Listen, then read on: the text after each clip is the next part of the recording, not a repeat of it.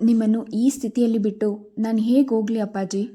ನಾಳೆ ಬೆಳಿಗ್ಗೆ ಅವರು ಕಲ್ಯಾಣ ಮಂಟಪಕ್ಕೆ ಹೋಗ್ತಾರೆ. ಅದು ಇರುವ ಜಾಗ ನನಗೆ ಗೊತ್ತಿಲ್ಲ. ರಿಕ್ಷಾದವರಿಗೆ ಹೇಳಿದರೆ ಅವರು ಕರ್ಕೊಂಡು ಹೋಗ್ತಾರೆ. ಆದರೆ ಇಂದಿರಾ ಯೋಚಿಸುತ್ತಾ ಹೇಳಿದ್ಲು, ನಿಮಗೆ ಹುಷಾರಿರಲಿಲ್ಲ, ಅದಕ್ಕೆ ಮದುವೆಗೆ ಬರೋದಕ್ಕೆ ಆಗಲಿಲ್ಲ ಅನ್ನುವ ವಿಷಯ ಗೊತ್ತಾದರೆ ಅಶ್ವಿನಿ ಖಂಡಿತ ತಪ್ಪು ತಿಳ್ಕೊಳ್ಳೋದಿಲ್ಲ ಅಪ್ಪಾಜಿ. ನಿಮಗೆ ಹುಷಾರಾದಮೇಲೆ ಒಂದಿನ ಅವಳ ಮನೆಗೆ ಹೋಗಿ ಪ್ರೆಸೆಂಟೇಷನ್ ಕೊಟ್ಟು ಮಾತನಾಡಿಸ್ಕೊಂಡು ಬರೋಣ. ಅಷ್ಟಕ್ಕೂ ನಾವು ಕೊಡುವ ಪ್ರೆಸೆಂಟೇಷನ್ ಅವಳಿಗೆ ಯಾವ ಲೆಕ್ಕ? ಮಾತಿನ ಕೊನೆಯಲ್ಲಿ ಇಂದಿರಾ ಜೋರಾಗಿ ನಕ್ಕಳು. ಅವಳತ್ತಲೇ ನೋಡುತ್ತಿದ್ದ ವೆಂಕಟೇಶಯ್ಯ ನೊಂದುಕೊಂಡ್ರು. ನನಗೆ ಈಗಲೇ ಹೀಗಾಗಿದೆ. ನಾವು ಮದುವೆಗೆ ಹೋಗದೇ ಇದ್ದರೆ ಅವರು ಖಂಡಿತ ಬೇಜಾರು ಮಾಡ್ಕೊತಾರೆ. 2 ದಿವಸ ನಾನು ಹೇಗೂ ಮ್ಯಾನೇಜ್ ಮಾಡ್ತೀನಿ. ನೀನು ನಾಳೆ ಬೆಳಗ್ಗೆ ಹೊರಟ್ಬಿಡು. ಅಲ್ಲೇ ಯಾವುದಾದ್ರೂ ಅಂಗಡಿಗೆ ಹೋಗಿ ಪ್ರೆಸೆಂಟೇಷನ್ ಪರ್ಚೇಸ್ ಮಾಡಿ ಆ ಹುಡುಗಿಗೆ ಕೊಟ್ಬಿಡು. ಅವರ ಮಾತಿಗೆ ಪ್ರತಿಕ್ರಿಯಿಸದೆ ಇದ್ದರೂ ಅವಳ ಮನಸ್ಸು ಬೇಕು ಬೇಡಗಳ ನಡುವೆ ಉಯ್ಯಾಲೆ ಆಡುತ್ತಲೇ ಇತ್ತು. ರಾತ್ರಿ ಮಲಗುವ ಸಮಯವಾದರೂ ಅವಳು ಹೊರಡುವ ಸಿದ್ಧತೆ ಮಾಡಿಕೊಳ್ಳದೇ ಇದ್ದಾಗ ಅನುಮಾನವಾಗಿ ವೆಂಕಟೇಶಯ್ಯ ಕೇಳಿದರು, ನಾಳೆ ಬೆಳಗ್ಗೆ ಹೊರಡ್ತೀಯಾ ತಾನೆ? ನಿನ್ನನ್ನು ನೋಡಿದ್ರೆ ನೀನು ಇನ್ನೂ ಯಾವ ನಿರ್ಧಾರಕ್ಕೂ ಬಂದಿಲ್ಲ ಅನಿಸುತ್ತೆ. ನೀವು ಹಾಸಿಗೆ ಹಿಡಿದಿರುವಾಗ ಈ 2 ದಿವಸ ಅಲ್ಲಿಗೆ ಹೋದರೆ ನನ್ನ ಮನಸ್ಸಿಗೆ ಸಮಾಧಾನ ಇರುತ್ತಾ? ಇಂತಹ ಸ್ಥಿತಿಯಲ್ಲಿ ನಾನು ನಿಮ್ಮನ್ನು ಬಿಟ್ಟು ಬಂದಿದ್ದೀನಿ ಅಂತ ಗೊತ್ತಾದರೆ ಅಶ್ವಿನಿ ತಂದೆ ತಾಯಿ ನನಗೆ ಚೀಮಾರಿ ಹಾಕೋದಿಲ್ವಾ? ಇಂದಿರಾ ಶುಷ್ಕನಿಗೆ ಬೀರಿದ್ಲು. ನನಗೆ ಅಂಥದ್ದೇನೂ ಆಗಿಲ್ಲ. ಆದರೂ ನೀನು ಚಿಕ್ಕ ಮಕ್ಕಳ ಹಾಗೆ ಹಠ ಮಾಡ್ತಾ ಇದೆಯಲ್ಲ, ಹೊರಡು ಅಂದರೆ ಸುಮ್ಮನೆ ಹೊರಡು ಬಿಡಬೇಕು. ವೆಂಕಟೇಶಯ್ಯ ಖಡಕ್ಕಾಗಿ ಹೇಳಿದರು. ಅಮ್ಮನಿಗೆ ಕಾಯಿಲೆಯಾಗಿದ್ದಾಗ ನೀವು ಈಗ ಹೇಳಿದ್ರಲ್ಲ, ಇದೇ ಮಾತನ್ನು ಅಮ್ಮನೂ ಹೇಳಿದ್ಲು. ಆದರೆ ಕೊನೆಗೆ ಆಗಿದ್ದೇನು ಅಪ್ಪಾಜಿ? 4 ಜನ ಹೆಣ್ಮಕ್ಳಿದ್ರು. ಅವಳ ಸಾಯುವ ಟೈಮ್ನಲ್ಲಿ ಅವಳ ನೋವು ನಲಿವು ಹಂಚ್ಕೊಳ್ಳೋದಕ್ಕೆ ಅದು ಬಿಡು, 1 ಲೋಟ ನೀರು ಕೊಡೋದಕ್ಕೂ ಯಾರೊಬ್ಬರು ಹತ್ತಿರ ಇರಲಿಲ್ಲ ಅಂದರೆ ಏನರ್ಥ? ಪಾಪ ಆ ಸಮಯದಲ್ಲಿ ಅಮ್ಮ ಎಷ್ಟು ನೊಂದ್ಕೊಂಡಿರಬಹುದು. ಕಣ್ಗಳಿಂದ ಜಾರುತ್ತಿದ್ದ ನೀರನ್ನು ಬೆರಳ ತುದಿಯಿಂದ ಒರೆಸಿಕೊಳ್ಳುತ್ತಾ ಇಂದಿರಾ ಹೇಳಿದ್ಲು. ವಿದ್ಯಾಭ್ಯಾಸವನ್ನು ನಾವು ಎಷ್ಟನೇ ವಯಸ್ಸಿನಲ್ಲಿ ಬೇಕಾದರೂ ಮುಂದುವರಿಸ್ಬೋದು.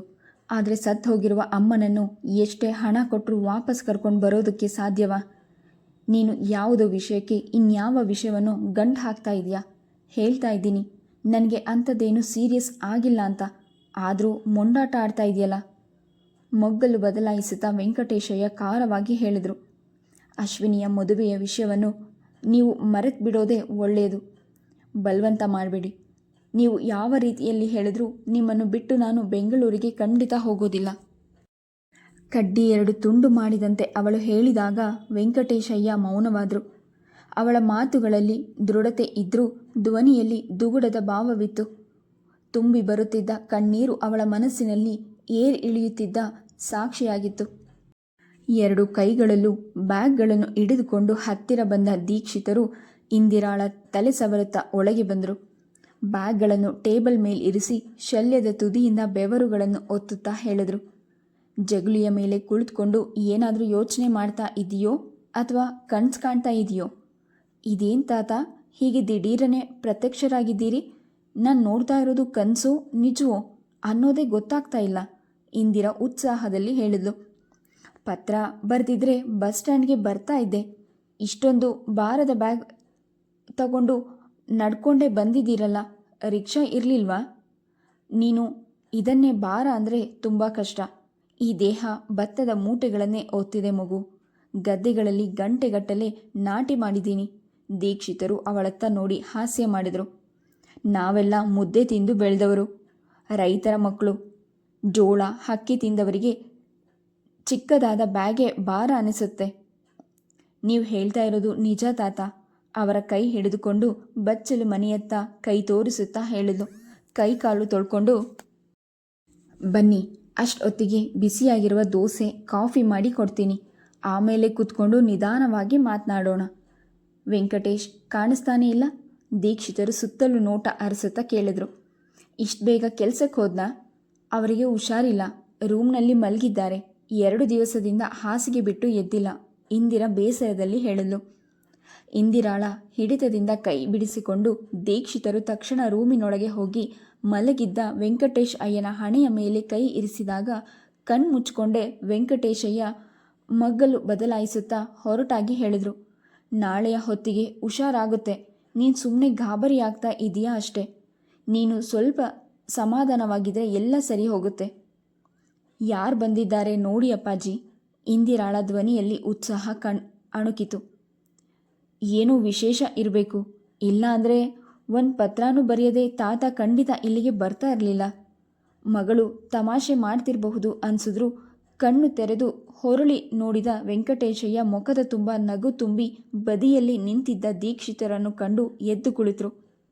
ಅಶ್ವಿನಿಯ ಮದುವೆಗೆ ಇಂದಿರಾ ಯಾಕೆ ಬರಲಿಲ್ಲ ಅಂತ ಈಗ ಗೊತ್ತಾಯಿತು. ನೀವು ಹೀಗೆ ಹಾಸಿಗೆ ಹಿಡಿದು ಮಲಗಿದ್ರೆ ಪಾಪ ಇವಳು ಮದುವೆಗೆ ಹೇಗೆ ಬರೋಕ್ಕೆ ಸಾಧ್ಯ? ಹಾಸಿಗೆ ಪಕ್ಕದಲ್ಲಿದ್ದ ಕುರ್ಚಿಯಲ್ಲಿ ಕುಳಿತುಕೊಳ್ಳುತ್ತಾ ದೀಕ್ಷಿತರು ಹೇಳಿದರು. ಅಶ್ವಿನಿ, ರಾಜರಾಯರು, ಅವರ ಹೆಂಡತಿ ಎಲ್ಲರೂ ನಿಮ್ಮನ್ನು ತುಂಬ ವಿಚಾರಿಸಿದ್ರು. ನೀವು ಅವಳ ಮದುವೆಗೆ ಹೋಗಿದ್ರಾ? ಇಂದಿರಾ ಅಚ್ಚರಿಯಲ್ಲಿ ಕೇಳಿದ್ಲು. ನಿಮಗೆ ಅವ್ರು ಹೇಗೆ ಗೊತ್ತು ತಾತ? ಅವರು ಇದೇ ಊರಿನಲ್ಲಿ ತುಂಬ ವರ್ಷ ಇದ್ದರು. ಅವರಿಗೆ ಊರು ತುಂಬ ಜಮೀನಿತ್ತು.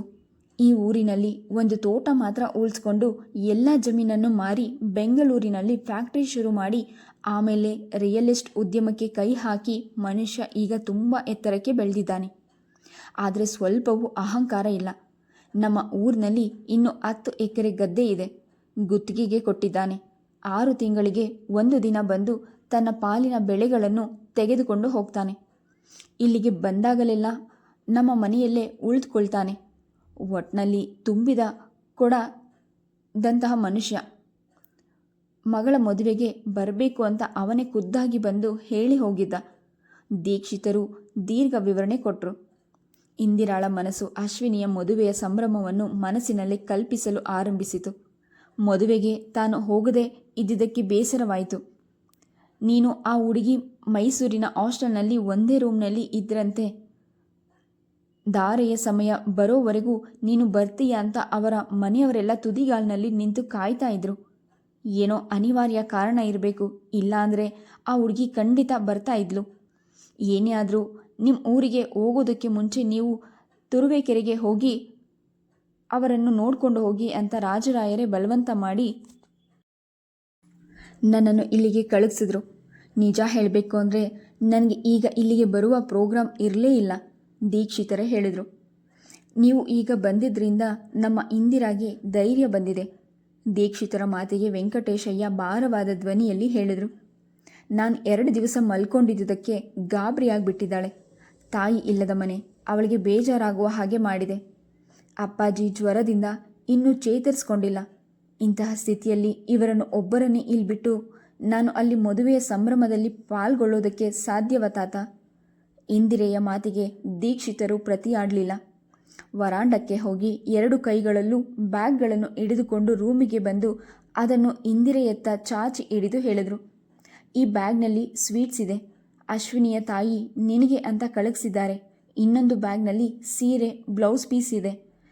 ಬ್ಯಾಗ್ನಲ್ಲಿರುವ ಒಂದೊಂದೇ ಸ್ವೀಟ್ ಪ್ಯಾಕೆಟ್ಗಳನ್ನು ಹೊರಗೆ ತೆಗೆದು ಟೇಬಲ್ ಮೇಲಿರಿಸಿದ ಇಂದಿರಾ ಇನ್ನೊಂದು ಬ್ಯಾಗ್ ತೆಗೆದುಕೊಂಡು ಅದರೊಳಗಿದ್ದ ಹಸಿರು ಬಣ್ಣದ ರೇಷ್ಮೆ ಸೀರೆಯನ್ನು ನೋಡಿದ್ಲು. ಕ್ಷಣ ಸೀರೆಯತ್ತಲೇ ನೋಡುತ್ತಿದ್ದು ಹೇಳಿದ್ಲು, ಇದನ್ನೆಲ್ಲ ಯಾಕೆ ತರೋದಕ್ಕೆ ಹೋದ್ರಿ ತಾತ? ಇಂದಿರಾ ನಿಮ್ಮ ಮನೆಗೆ ಬಂದಾಗ ಕೊಡುವಿರಂತೆ ಅಂದಿದ್ರೆ ಆಗ್ತಾ ಇರಲಿಲ್ವಾ? ನನ್ನ ಮಾತು ಅವರೆಲ್ಲಿ ಕೇಳ್ತಾರೆ? ರಾಜರಾಯ ಆ ಮದುವೆಗೆ ಅದೆಷ್ಟು ಖರ್ಚು ಮಾಡಿದ್ದಾನೋ. ತುಂಬ ಅದ್ಧೂರಿಯಾಗಿ ಮದುವೆ ಮಾಡಿ ಬಂದವರಿಗೆಲ್ಲ ಉಡುಗೊರೆಯನ್ನು ಕೊಟ್ಟ. ದೀಕ್ಷಿತರು ಹೇಳಿದರು. ಇಂದಿರೆಯ ಬಾಡಿದ ಮುಖವನ್ನು ನೋಡಿ ವೆಂಕಟೇಶ್ ಅಯ್ಯನಿಗೆ ಕೆಡಕೆನಿಸಿತು. ತಕ್ಷಣ ಮಾತು ಹೊರಳಿಸಿದ್ರು. ಹೀಗೆ ಮಾತನಾಡ್ತಾ ಕೂತಿರ್ತೀಯೋ ಅಥವಾ ನಿನ್ನ ತಾತನಿಗೆ ತಿಂಡಿ ಕಾಫಿ ಕೊಡ್ತೀಯೋ? ಊಟ ಆದಮೇಲೆ ನಿಧಾನವಾಗಿ ಕುಳಿತು ಮಾತನಾಡುವಿಯಂತೆ. ಮೊದಲು ನಿಮ್ಮ ತಾತನಿಗೆ ಸ್ನಾನಕ್ಕೆ ರೆಡಿ ಮಾಡು. ಸೀರೆಯ ಪ್ಯಾಕೆಟನ್ನು ಟೇಬಲ್ ಮೇಲೆ ಇರಿಸಿ ದೀಕ್ಷಿತರ ಕೈ ಹಿಡ್ಕೊಂಡು ಇಂದಿರಾ ನಗುತ್ತಾ ಹೇಳಿದ್ಲು. ಬನ್ನಿ ತಾತ, ಸ್ಟ್ರಾಂಗ್ ಕಾಫಿ ಮಾಡಿಕೊಡ್ತೀನಿ. ನಾನು ತಿಂಡಿ ಮಾಡೋದಕ್ಕೆ ಶುರು ಮಾಡ್ತೀನಿ. ನೀವು ಮಾತನಾಡ್ತಾ ಇರುವಿರಂತೆ. ಇಲ್ಲೇ ಕೂತಿದ್ರೆ ಅಪ್ಪಾಜಿ ಬೈತಾರೆ. ಯಾಕಂದರೆ ಅವ್ರಿಗೆ ಹುಷಾರಿಲ್ವಲ್ಲ? ವೆಂಕಟೇಶ್ ಅಯ್ಯನತ್ತ ಹುಸಿನಗೆ ಬೀರುತ್ತಾ ದೀಕ್ಷಿತರ ಬಳಿ ಮುದ್ದುಗೆರೆಯುತ್ತಾ ಇಂದಿರಾ ಒಳಗೆ ಹೋದ್ಲು. ದೀಕ್ಷಿತರು ಬಂದಿರುವುದರಿಂದ ಸಂತೋಷ, ಸಂಭ್ರಮದ ವಾತಾವರಣ ಈಗ ಇಂದಿರಾಳ ಮನಸ್ಸಿನಲ್ಲಿ ಮನೆ ಮಾಡಿತ್ತು. ಅವಳಿಗೆ ಬೇಸರವಾಗದಿರಲಿ ಎಂದೇ ದೀಕ್ಷಿತರು ಪಗಡೆ, ಚದುರಂಗದಾಟ ಆಡುತ್ತಿದ್ದರು. ಗೆದ್ರೆ ಚಿಕ್ಕ ಹುಡುಗನಂತೆ ಚಪ್ಪಾಳೆ ತಟ್ಟಿ ಸೋತವರ ಗೆದ್ದವರಿಗೆ ಏನು ಕೊಡಬೇಕು ಗೊತ್ತಾ ಎಂದು ನಗುತ್ತಾ ಪ್ರಶ್ನಿಸಿ ಅವಳು ಪೆಚ್ಚಾಗುವಂತೆ ಮಾಡುತ್ತಿದ್ದರೂ ಕ್ಷಣಾರ್ಧದಲ್ಲಿ ಯಾವುದಾದರೂ ತಮಾಷೆಯ ವಿಷಯ ಹೇಳಿ ನಗಿಸುತ್ತಿದ್ರು. ಮುಂಜಾನೆ ಸಂಧ್ಯಾ ವಂದನೆ ಮುಗಿಸಿ ವರಾಂಡಕ್ಕೆ ಬಂದು ಭಗವದ್ಗೀತೆಯ ಪುಸ್ತಕವನ್ನು ಹಿಡಿದು ಕುಳಿತಾಗ ಇಂದಿರಾ ಅಲ್ಲಿಗೆ ಬಂದರೆ ಶ್ಲೋಕಗಳನ್ನು ಓದಿ ಅದರ ಅರ್ಥ ವಿವರಿಸುತ್ತಿದ್ದರು. ರಾತ್ರಿಯ ವೇಳೆ ಅಂಗಳದಲ್ಲಿ ಕುಳಿತು ಯಾವುದಾದರೂ ವಿಷಯವನ್ನು ಚರ್ಚಿಸುತ್ತಲೋ ತಮ್ಮ ಜೀವನದ ಸಿಹಿ ಘಟನೆಗಳತ್ತ ರಸವತ್ತಾಗಿ ವರ್ಣಿಸುತ್ತಲೋ ಅವಳ ನಕ್ಕು ನಲಿಯುವಂತೆ ಮಾಡುತ್ತಾ ನಿದ್ದೆ ಬರೋವರೆಗೂ ಅವರಿಬ್ಬರು ಅಲ್ಲೇ ಕುಳಿತಿದ್ರು. ಈಗ ಎಂದಿನಂತೆ ವೆಂಕಟೇಶಯ್ಯ ಕೆಲಸಕ್ಕೆ ಹೋಗಲು ಆರಂಭಿಸಿದರು. ಮಗಳ ಮುಖದಲ್ಲಿ ನಗು, ನಡೆನುಡಿಯಲ್ಲಿನ ಉತ್ಸಾಹದ ಭಾವ ಅವರ ಮನಸ್ಸಿಗೆ ಸಮಾಧಾನವನ್ನುಂಟು ಮಾಡಿತು. ಅಂದು ಸಂಜೆ ಮನೆಗೆ ಬಂದ ವೆಂಕಟೇಶ್ ಅಯ್ಯ ಉತ್ಸಾಹದಲ್ಲಿದ್ದರು.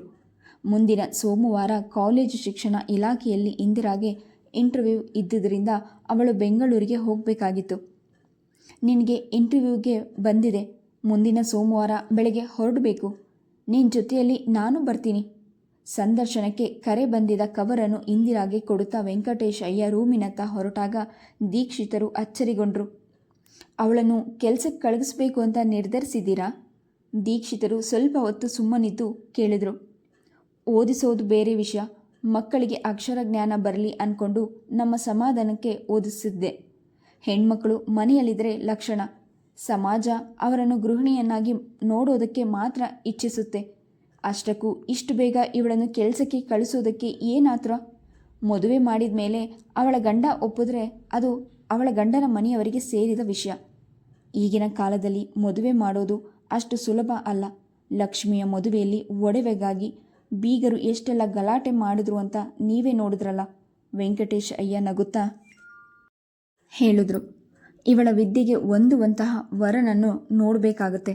ಹೆಚ್ಚು ಓದಿದವರು, ಶ್ರೀಮಂತರು ಹೆಚ್ಚು ನಿರೀಕ್ಷೆ ಮಾಡ್ತಾರೆ. ಅದಕ್ಕೆ ನಾವು ರೆಡಿಯಾಗಿರಬೇಕಾಗತ್ತೆ.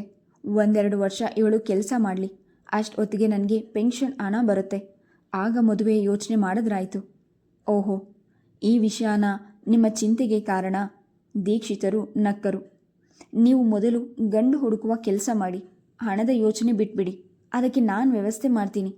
ನಿಮ್ಗೆ ಯಾಕೆ ತೊಂದರೆ? ಮದುವೆಗೆ ನೀವು ಅಷ್ಟೆಲ್ಲ ಹಣ ಕೊಡ್ತೀರಿ ಅನ್ನೋದು ಗೊತ್ತಾದರೆ ನಿಮ್ಮ ಮಕ್ಕಳು ಸುಮ್ಮನಿರ್ತಾರಾ? ಮನೆಯಲ್ಲಿ ಘರ್ಷಣೆಯಾಗುತ್ತೆ, ಮನಸ್ತಾಪ ಉಂಟಾಗಿ ಕುಟುಂಬದ ನೆಮ್ಮದಿಗೆ ಹದಗೆಡುತ್ತೆ. ಮನಸ್ಸು ನೆಮ್ಮದಿಯಾಗಿರಬೇಕಾದ್ರೆ ಮನೆಯ ವಾತಾವರಣ ಯಾವಾಗಲೂ ಪ್ರಶಾಂತವಾಗಿರಬೇಕು. ವೆಂಕಟೇಶಯ್ಯ ಹೇಳಿದರು. ನಾನು ನಿಮಗೆ ಹೆಣ್ಣು ಕೊಟ್ಟು ಮಾವ ಎನ್ಕೊಂಡು ಬಿಟ್ಟಿದ್ರೆ ನನ್ನನ್ನು? ವೆಂಕಟೇಶಯ್ಯನ ಮಾತಿಗೆ ದೀಕ್ಷಿತರು ನಗುತ್ತಾ ಹೇಳಿದರು. ಪಿತ್ರಾರ್ಜಿತ ಆಸ್ತಿಯಲ್ಲಿ ಹೆಣ್ಮಕ್ಕಳಿಗೂ ಪಾಲಿರುತ್ತೆ. ಕೆಲವು ಹೆಣ್ಮಕ್ಕಳು ಪಾಲು ಕೇಳಿ ತಗೋತಾರೆ, ಕೆಲವರು ಕೇಳೋದೇ ಇಲ್ಲ. ಅಕಸ್ಮಾತ್ ಕೇಳಿದರೂ ಗಂಡು ಮಕ್ಕಳು ಪಾಲು ಕೊಡೋದಕ್ಕೆ ಒಪ್ಪೋದಿಲ್ಲ. ಅದಕ್ಕೆ ನಾನು ಬೇರೆ ವ್ಯವಸ್ಥೆ ಮಾಡಿದ್ದೀನಿ. ಆದರೆ ಕಾನೂನಿನಲ್ಲಿ ಅದಕ್ಕೆ ಅವಕಾಶ ಇದೆ ತಾತ. ಹೆಣ್ಮಕ್ಕಳಿಗೂ ಆಸ್ತಿಯಲ್ಲಿ ಪಾಲು ಕೊಡಬೇಕು. ಅಕಸ್ಮಾತ್ ಕೊಡದೇ ಇದ್ದರೆ ಕೋರ್ಟಿಗೆ ಹೋದರೆ ಪಾಲು ಆದಾಗೆ ಸಿಗುತ್ತಲ್ವಾ? ದೀಕ್ಷಿತರ ಮಾತಿಗೆ ಇಂದಿರಾ ತಕ್ಷಣ ಪ್ರತಿಕ್ರಿಯಿಸಿದ್ಲು. ನಮ್ಮ ಹೆಣ್ಣು ಮಕ್ಕಳು ತುಂಬ ಮೈಲ್ಡ್, ಮನೆತನ ಮರ್ಯಾದೆ ಅಂತ ಹೆದರ್ತಾರೆ. ಕೋರ್ಟ್ ಮೆಟ್ಟಿಲು ಹತ್ತೋದಕ್ಕೆ ಹಿಂಜರಿತಾರೆ. ಅದೇ ನಮ್ಮ ಇಂದಿರಾನ ಕೇಳಿ, ಆಸ್ತಿಗಾಗಿ ನೀನು ಯಾವತ್ತಾದರೂ ಕೋರ್ಟ್ ಕಟಕಟೆಗೆ ಹೋಗ್ತೀಯನಮ್ಮ ಅಂದರೆ ಖಂಡಿತ ಇಲ್ಲ ಅಂತಾಳೆ. ಇಂದಿರೆಯತ್ತ ಮೆಚ್ಚುಗೆಯ ನೋಟ ಬೀರುತ್ತಾ ವೆಂಕಟೇಶಯ್ಯ ಹೇಳಿದರು. ಹೋಗಲಿ ಬಿಡಿ, ಆ ವಿಷಯದ ಚರ್ಚೆ ಈಗ ಬೇಡ. ನಾನು ಏನು ಹೇಳೋದಕ್ಕೆ ಹೋಗಿದ್ದೆ ಅಂದರೆ, ನನಗೆ 2 ಗಂಡು ಮಕ್ಕಳು, ಸೀತಾ ಒಬ್ಬಳೆ ಮಗಳು. ನಾನು ಆಸ್ತಿಯನ್ನು 3 ಪಾಲು ಮಾಡಿದ್ದೀನಿ. ಗಂಡು ಮಕ್ಕಳಿಬ್ಬರ ಪಾಲಿನ ಆಸ್ತಿ ರಿಜಿಸ್ಟ್ರೇಷನ್ ಆಗಿದೆ. 3ನೇ ಪಾಲು ಯಾಕೆ ರಿಜಿಸ್ಟ್ರೇಷನ್ ಆಗಿಲ್ಲ? ಅದು ಯಾವಾಗ ಆಗುತ್ತೆ? ಅಷ್ಟಕ್ಕೂ ಆ ಆಸ್ತಿ ನಿಮಗೆ ಬೇಕಾಗುತ್ತೆ ಅಂತ ನೀವು ಹೇಳ್ಬೋದು. ಆದರೆ ಆ ಪಾಲನ್ನು ನಾನು ಸೀತಾಗೆ ಮುಡಿಪಾಗಿಟ್ಟಿದ್ದೆ. ಅದು ಈಗ ಆ ಪಾಲಿನ ಆಸ್ತಿಯನ್ನು ಗಂಡು ಮಕ್ಕಳಿಗೆ ಕೊಡ್ತೀರಾ? ವೆಂಕಟೇಶಯ್ಯ ತಕ್ಷಣ ದೀಕ್ಷಿತರ ಮಾತನ್ನು ತುಂಡರಿಸಿ ಕೇಳಿದರು. ಅವರ ಧ್ವನಿಯಲ್ಲಿ ಆತಂಕ, ಕುತೂಹಲದ ಭಾವ ತುಂಬಿಕೊಂಡಿತ್ತು. ವಿಷಯ ತಿಳಿಯೋದಕ್ಕೆ ನಿಮ್ಗ್ಯಾಕೆ ಅಷ್ಟು ಆತುರ? ದೀಕ್ಷಿತರು ನಕ್ಕರು. ಆ 3ನೇ ಪಾಲು ನನ್ನ ಸ್ವಯಾರ್ಜಿತ ಆಸ್ತಿ. ಅದು ಸೀತಾಗೆ ಸೇರಬೇಕಾಗಿತ್ತು. ಈಗ ಅವಳಿಲ್ಲ. ಆ ಆಸ್ತಿ ನಮ್ಮ ಮುದ್ದು ಮರಿ ಇಂದಿರಾಗೆ ಸೇರಿದೆ. ಕಿಟ್ ಬ್ಯಾಗ್ನಲ್ಲಿದ್ದ ಪತ್ರವನ್ನು ವೆಂಕಟೇಶಯ್ಯನ ಕೈಗೆ ಕೊಡುತ್ತಾ ದೀಕ್ಷಿತರು ಹೇಳಿದರು, ಆ ಆಸ್ತಿಯನ್ನು ಇಂದಿರಾ ಹೆಸರಿಗೆ ವಿಲ್ ಮಾಡಿದ್ದೀನಿ. ಈ ಪತ್ರನ ನಿಮಗೆ ಬೆಂಗಳೂರಿನಲ್ಲೇ ಕೊಡೋಣ. ಹೇಗಿದ್ರೂ ರಾಜರಾಯರ ಮಗಳ ಮದುವೆಗೆ ನೀವು ಬಂದೇ ಬರ್ತೀರಾ ಅಂದ್ಕೊಂಡಿದ್ದೆ. ಇದನ್ನು ಜೋಪಾನವಾಗಿ ಇಟ್ಕೊಳ್ಳಿ. ಇದು ಇಂದಿರಾಗೆ ಸೇರಿದ ಸ್ವತ್ತು. ಇದನ್ನು ನೀವೇ ಇಟ್ಕೊಂಡು ವ್ಯವಸಾಯ ಮಾಡಬಹುದು. ಇಲ್ಲಾಂದರೆ ಅದನ್ನು ಮಾರಿ ಇವಳ ಮದುವೆಯನ್ನು ಅದ್ಧೂರಿಯಾಗಿ ಮಾಡಬಹುದು. ಅವರ ಮಾತು ಕೇಳಿ ವೆಂಕಟೇಶಯ್ಯನ ಹೃದಯ ತುಂಬಿ ಬಂದಂತಾಗಿ ಏನೋ ಹೇಳಲು ತೋಚದೆ ದೀಕ್ಷಿತರತ್ತ ಕೃತಜ್ಞತೆಯ ನೋಟ ಬೀರಿದರು. ಅವರ ಮನಸ್ಸು ಈಗ ರೇಸಿನ ಕುದುರೆಯಾಗಿತ್ತು.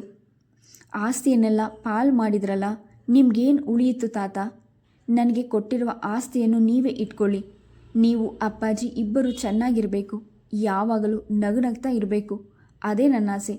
ಇಂದಿರಾಳ ನೋಟದಲ್ಲಿ ಮುನಿಸು ತುಂಬಿಕೊಂಡಿತು. ಈಗಲೇ ಮದುವೆ ಮಾಡಿಬಿಡ್ತಾರೆ ಅಂದ್ಕೊಂಡು ಈ ನನ್ನ ಮುದ್ದು ಮರಿಗೆ ಗಾಬರಿಯಾಗ್ತಾ ಇದೆ ಅನಿಸುತ್ತೆ.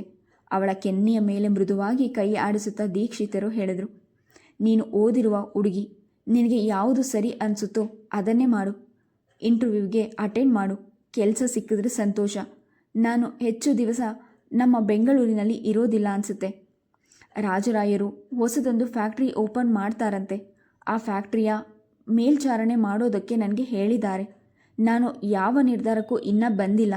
ಜಮೀನನ್ನು ನನ್ನ ಮಕ್ಕಳು ನೋಡ್ಕೊಳ್ತಾರೆ. ಹೀಗಾಗಿ ಹಳ್ಳಿಯಲ್ಲಿ ನನಗೇನು ಕೆಲಸ? ಅದು ಅಲ್ಲದೆ ವಾಸಕ್ಕೆ ಮನೆಯ ವ್ಯವಸ್ಥೆಯನ್ನು ರಾಜರಾಯರೇ ಮಾಡ್ತಾರಂತೆ. ದೇವರು ಯಾವ ಕಡೆ ಕೈ ಹಿಡಿದು ನಡೆಸ್ತಾನೋ ನೋಡೋಣ. ಏನೋ ಆದರೂ ನೀವು ತುಂಬ ಕಿಲಾಡಿ ತಾತ. ಇಂದಿರಾ ಅವರ ಬೋಳು ತಲೆಯ ಮೇಲೆ ಕೈ ಆಡಿಸುತ್ತಾ ಹೇಳಿದ್ಲು, ನಿಮಗೆ ವಯಸ್ಸಾಗಿರಬಹುದು, ಆದರೆ ನಿಮ್ಮ ಮನಸ್ಸು ಮಾತ್ರ ಸದಾ ಕಾಲವೂ ಎವರ್ಗ್ರೀನ್, ಯಂಗ್ ಆ್ಯಂಡ್ ಎನರ್ಜೆಟಿಕ್ ಅಂತಾರಲ್ಲ ಹಾಗೆ. ಅವಳ ಮಾತಿಗೆ ವೆಂಕಟೇಶಯ್ಯ ಗಹಗಹಿಸಿ ನಕ್ಕರೆ ದೀಕ್ಷಿತರು ಅವಳತ್ತಲೇ ಮೆಚ್ಚುಗೆ ನೋಟ ಬೀರಿದ್ರು. ಇಂಟರ್ವ್ಯೂ ಮುಗಿಸ್ಕೊಂಡು ನಸುನಗುತ್ತಾ ಹೊರಗೆ ಬಂದ ಇಂದಿರಾ ಗೇಟ್ನ ಬಳಿ ನಿಂತ್ಕೊಂಡು ಕ್ಷಣ ಯೋಚಿಸಿದ್ಲು. ಅಪ್ಪಾಜಿ, ಒಂದು ನಿಮಿಷ ಇಲ್ಲೇ ನಿಂತಿರಿ. ಇಲ್ಲಿ ಹತ್ತಿರದಲ್ಲಿ ಯಾವುದಾದರೂ ಲೇಡೀಸ್ ಹಾಸ್ಟೆಲ್ಗೆ ಇದ್ದರೆ ಅಲ್ಲಿಯ ಸ್ಟಾಫ್ನನ್ನು ವಿಚಾರಿಸ್ಕೊಂಡು ಬೇಗ ಬರ್ತೀನಿ. ಕೂಸು ಹುಟ್ಟೋದಕ್ಕೂ ಮುಂಚೆ ಕುಲಾವಿ ಹೊಲಿಸಿದ್ರಂತೆ. ವೆಂಕಟೇಶಯ್ಯ ಜೋರಾಗಿ ನಕ್ಕರು. ನಿನಗೆ ಕೆಲಸ ಸಿಕ್ಕಿದ ಮೇಲೆ ಹಾಸ್ಟೆಲ್ ವಿಷಯ ಯೋಚಿಸೋಣ. ಡ್ಯೂಟಿಗೆ ಜಾಯಿನ್ ಆಗೋದಕ್ಕೂ ಸ್ವಲ್ಪ ಟೈಮ್ ಇರುತ್ತೆ. ಆಗ ನಾನೇ ಇಲ್ಲಿಗೆ ಬಂದು ವಿಚಾರಿಸ್ಕೊಂಡು ಬರ್ತೀನಿ. ಈಗ ಊರಿಗೆ ಹೋಗೋಣ ಬಾ. ನನ್ನ ಸಬ್ಜೆಕ್ಟ್ಗೆ ತುಂಬ ಕಡಿಮೆ ಕ್ಯಾಂಡಿಡೇಟ್ಸ್ ಬಂದಿದ್ದರು. ಜೊತೆಗೆ ನಾನು ರ್ಯಾಂಕ್ ಬಂದಿರೋದು ಪ್ಲೇಸ್ಮೆಂಟ್ ಆಗಬಹುದು. ಕೆಲಸ ಸಿಗೋದು ಗ್ಯಾರಂಟಿ ಅನಿಸುತ್ತೆ. ಆದ್ದರಿಂದ ಲೇಡೀಸ್ ಹಾಸ್ಟೆಲ್ ಎಲ್ಲಿದೆ ಅಂತ ಈಗಲೇ ವಿಚಾರಿಸ್ಕೊಂಡು ಬರ್ತೀನಿ. ವೆಂಕಟೇಶ್ ಅಯ್ಯನ ಪ್ರತಿಕ್ರಿಯೆಗೂ ಕಾಯದೆ ಇಂದಿರಾ ಸರಸರನೆ ಒಳಗೆ ಹೋದ್ಲು. ಅರ್ಧ ಗಂಟೆಯ ನಂತರ ಹೊರಗೆ ಬಂದಾಗ ಅವಳ ಮುಖದಲ್ಲಿ ಸಮಾಧಾನದ ಭಾವವಿತ್ತು. ಸೆಂಟ್ರಲ್ ಕಾಲೇಜ್ ಹಿಂಭಾಗದಲ್ಲೇ ಸ್ಟೂಡೆಂಟ್ ಹಾಸ್ಟೆಲ್ ಇದೆಯಂತೆ. ವೈಸ್ ಚಾನ್ಸಲರ್ಗೆ ಹೇಳಿದರೆ ಅಲ್ಲಿ ರೂಮ್ ಸಿಗಬಹುದು ಅಂತ ಜಾಯಿಂಟ್ ಡೈರೆಕ್ಟರ್ ಹೇಳಿದರು. ಯಾಕಂದರೆ ಇಬ್ಬರು ಲೆಕ್ಚರ್ಸ್ ಈಗ ಇಲ್ಲೇ ಇದ್ದಾರಂತೆ. ಅದು ಬಿಟ್ಟರೆ employees hostel, paying guest house, ಹೀಗೆ ತುಂಬ ಹಾಸ್ಟೆಲ್ಗಳು ಇದೆಯಂತೆ. ಮೊದಲು ಕೆಲಸ ಸಿಗಲಿ, ಆಮೇಲೆ ಇರೋದಕ್ಕೆ ಎಲ್ಲೋ ಒಂದು ಜಾಗದಲ್ಲಿ ವ್ಯವಸ್ಥೆ ಮಾಡಿಕೊಂಡ್ರಾಯ್ತು. ರಾತ್ರಿ 8 ಗಂಟೆಗೆ ಊರಿಗೆ ಬಸ್ ಇರೋದು. ಇನ್ನೂ ಬೇಕಾದಷ್ಟು ಟೈಮ್ ಇದೆ. ಮದುವೆಗೆ ಹೋಗೋದಕ್ಕೆ ಆಗಲಿಲ್ಲ. ಅಶ್ವಿನಿಯನ್ನು ಮಾತನಾಡಿಸ್ಕೊಂಡು ಬರ್ತೀನಿ ಅನ್ನೋದಾದರೆ ಈಗ ಅಲ್ಲಿಗೆ ಹೋಗೋಣ, ವೆಂಕಟೇಶಯ್ಯ ಹೇಳಿದರು. ಈ ಟೈಮ್ನಲ್ಲಿ ಅವಳು ಮನೆಯಲ್ಲಿರೋದು ಡೌಟ್. ಅದು ಅಲ್ಲದೆ ಮದುವೆ ಆದಮೇಲೆ ತಂದೆಯ ಮನೆಯಲ್ಲಿರ್ತಾಳೋ ಅಥವಾ ಅವಳ ಹೆಸರಿನಲ್ಲಿ ಜಯನಗರದಲ್ಲಿ ಒಂದು ಮನೆ ಇದೆ, ಆ ಮನೆಯಲ್ಲಿರ್ತಾಳೋ ಯಾರಿಗೆ ಗೊತ್ತು. ಅಕಸ್ಮಾತ್ ತಂದೆಯ ಮನೆಯಲ್ಲೇ ಇದ್ದರೂ ಅವರು ನಮ್ಮನ್ನು ಅಷ್ಟು ಬೇಗ ಊರಿಗೆ ಹೋಗೋದಕ್ಕೆ ಬಿಟ್ಕೊಡೋದಿಲ್ಲ. ಒಂದಿನ ಇದ್ದು ಹೋಗಿ ಅಂತ ಬಲವಂತ ಮಾಡ್ತಾರೆ. ನಿಮಗೆ ರಜೆ ಇಲ್ಲ, ನಾಳೆ ಡ್ಯೂಟಿಗೆ ಹೋಗಲೇಬೇಕು. ಆದ್ದರಿಂದ ಈಗ ಅಲ್ಲಿಗೆ ಹೋಗೋದು ಬೇಡ. ಅವಳ ಮಾತಿನ ದಾಟಿಗೆ ವೆಂಕಟೇಶಯ್ಯ ವಿಸ್ಮಿತರಾದರು. ಪ್ರತಿದಿನ ಅಶ್ವಿನಿಯ ಜಪ ಮಾಡ್ತಿದ್ದವಳಿಗೆ ಇದೇನಾಯಿತು ಅನಿಸಿದ್ರೂ ಅವಳನ್ನು ಬಲವಂತಪಡಿಸಲಿಲ್ಲ. ಮಗಳ ಮನಸ್ಸಿಗೆ ಬೇಸರವಾಗದಿರಲಿ ಎಂದು ಹಾಗೆ ಹೇಳಿದರೆ ಹೊರತು ವಾಸ್ತವದಲ್ಲಿ ಅಲ್ಲಿಗೆ ಹೋಗೋದು, ಅವರ ಮನೆಯಲ್ಲಿ ಉಳಿದುಕೊಳ್ಳೋದು ಅವರಿಗೆ ಇಷ್ಟವಿರಲಿಲ್ಲ. ಬಸ್ ಸ್ಟ್ಯಾಂಡ್ಗೆ ಬಂದು ಅಲ್ಲಿದ್ದ ಹೋಟೆಲ್ನಲ್ಲಿ ತಿಂಡಿ ತಿಂದು ಕಲ್ಲು ಬೆಂಚಿನ ಮೇಲೆ ಕುಳಿತುಕೊಂಡ್ರು. ಸುತ್ತಲೂ ನೋಟ ಹರಿಸುತ್ತಾ ಎಷ್ಟು ಹೊತ್ತು ಇದೇ ರೀತಿ ಕುಳಿತಿರೋದು, ಅನಿಸಿದಾಗ ವೆಂಕಟೇಶಯ್ಯ ಹಿಂಬದಿಯಲ್ಲೇ ಇದ್ದ ಅಂಗಡಿಗೆ ಹೋಗಿ ನ್ಯೂಸ್ ಪೇಪರ್ ತಂದು ಪುಟಗಳನ್ನು ತಿರುವಿ ಹಾಕಲು ಆರಂಭಿಸಿದರು. ಪ್ಲ್ಯಾಟ್ಫಾರ್ಮ್ಗೆ ಬಂದು ಹೋಗುತ್ತಿದ್ದ ಬಸ್ಗಳತ್ತಲೇ ನೋಡುತ್ತಾ ಕುಳಿತಿದ್ದ ಇಂದಿರಾ ಬೂಟ್ಸ್ನ ಟಕ್ ಟಕ್ ಶಬ್ದದೊಂದಿಗೆ ತನ್ನ ಮುಂದೆಯೇ ಹಾದು ಹೋಗುತ್ತಿದ್ದ ಯುವಕನನ್ನು ನೋಡಿದ್ಲು. ಇವನನ್ನು ಎಲ್ಲಿಯೋ ನೋಡಿದಂತಿದೆಯಲ್ಲ ಅನಿಸಿತು. ಮತ್ತೊಮ್ಮೆ ಅವನತ್ತಲೇ ನೋಡಿದಾಗ ಅವಳ ನರನಾಡಿಗಳೆಲ್ಲ ಇದ್ದಕ್ಕಿದ್ದಂತೆ ಮಿಂಚಿನ ಸಂಚಾರವಾಯಿತು. ಮಹಿಳೆಯೊಂದಿಗೆ ಹೆಜ್ಜೆ ಹಾಕುತ್ತಿರುವುದು ಪ್ರಭಾಕರ ಎಂದು ಖಾತ್ರಿಯಾದೊಡನೆ ಎದ್ದು ನಿಂತು ಡಾಕ್ಟರ್ ಎಂದು 2 ಬಾರಿ ಕರೆದ್ಲು. ಅವನ ನೋಟ ಬಸ್ಗಳತ್ತಲೇ ಕೇಂದ್ರೀಕೃತವಾಗಿತ್ತು. ಕಣ್ಣು ಕಿರಿದುಗೊಳಿಸಿ ಬಸ್ಸಿನ ಮುಂಭಾಗದಲ್ಲಿದ್ದ ಊರಿನ ಹೆಸರು ನೋಡುತ್ತಾ ಅವನು ಮುಂದೆ ಹೋಗುತ್ತಿದ್ದ. ಅವನ ಬಿರುಸು ನಡಿಗೆ ಅವಳನ್ನು ಆತಂಕಕ್ಕೀಡು ಮಾಡಿತು.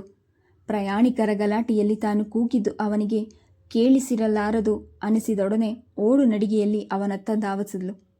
ಕೈ ಹಿಡಿದು ನಿಲ್ಲಿಸಿದ ವ್ಯಕ್ತಿ ಯಾರಿರಬಹುದು ಎನ್ನುವ ಅಚ್ಚರಿಯಲ್ಲಿ ಪ್ರಭಾಕರ ತಕ್ಷಣ ಹೊರಳಿ ನೋಡಿದ.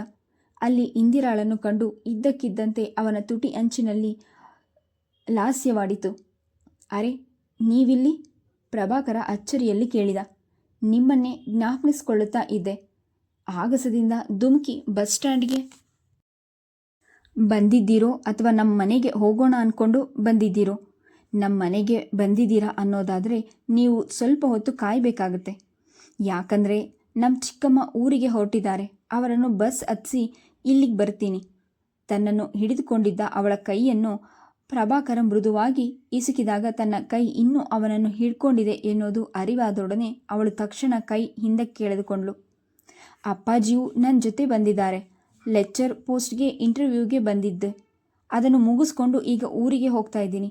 ಇನ್ನೊಂದು ಸಲ ಬಂದಾಗ ನಿಮ್ಮ ಮನೆಗೆ ಖಂಡಿತ ಬರ್ತೀವಿ. ಇವತ್ತು ಬೇಡ, ಇಂದಿರಾ ನಗುತ್ತಾ ಹೇಳಿದ್ಲು. ಇನ್ನೊಂದು ಸಲ ಅಂದರೆ ಮತ್ತೆ ಬರೋದು ಯಾವಾಗಲೋ? ಅಷ್ಟಕ್ಕೂ ಈ ಕೆಲಸ ಸಿಕ್ತು ಅನ್ನುವ ಗ್ಯಾರಂಟಿ ಏನು? ಇವತ್ತು ರಾತ್ರಿ ನಮ್ಮ ಮನೆಯಲ್ಲಿ ಇದ್ದು ನಾಳೆ ಸಂಜೆ ನೀವು ಊರಿಗೆ ಹೋದರೆ ಮಮ್ಮಿ ಡ್ಯಾಡಿಗೂ ಸಂತೋಷವಾಗುತ್ತೆ. ನೀವು ಮನೆಗೆ ಬಂದರೆ ಮೊದಲು ಪೂಜೆ ಆಗೋದು ಅಶ್ವಿನಿಯಿಂದಲೇ. ಯಾಕೆ ಅಂತ ಗೊತ್ತು ತಾನೇ? ಮಾತಿನ ಕೊನೆಯಲ್ಲಿ ಅವನು ದನಿ ಏರಿಸಿ ನಕ್ಕ. ಮನೆಯಲ್ಲಿ ಅಪ್ಪಾಜಿ ಒಬ್ಬರೇ.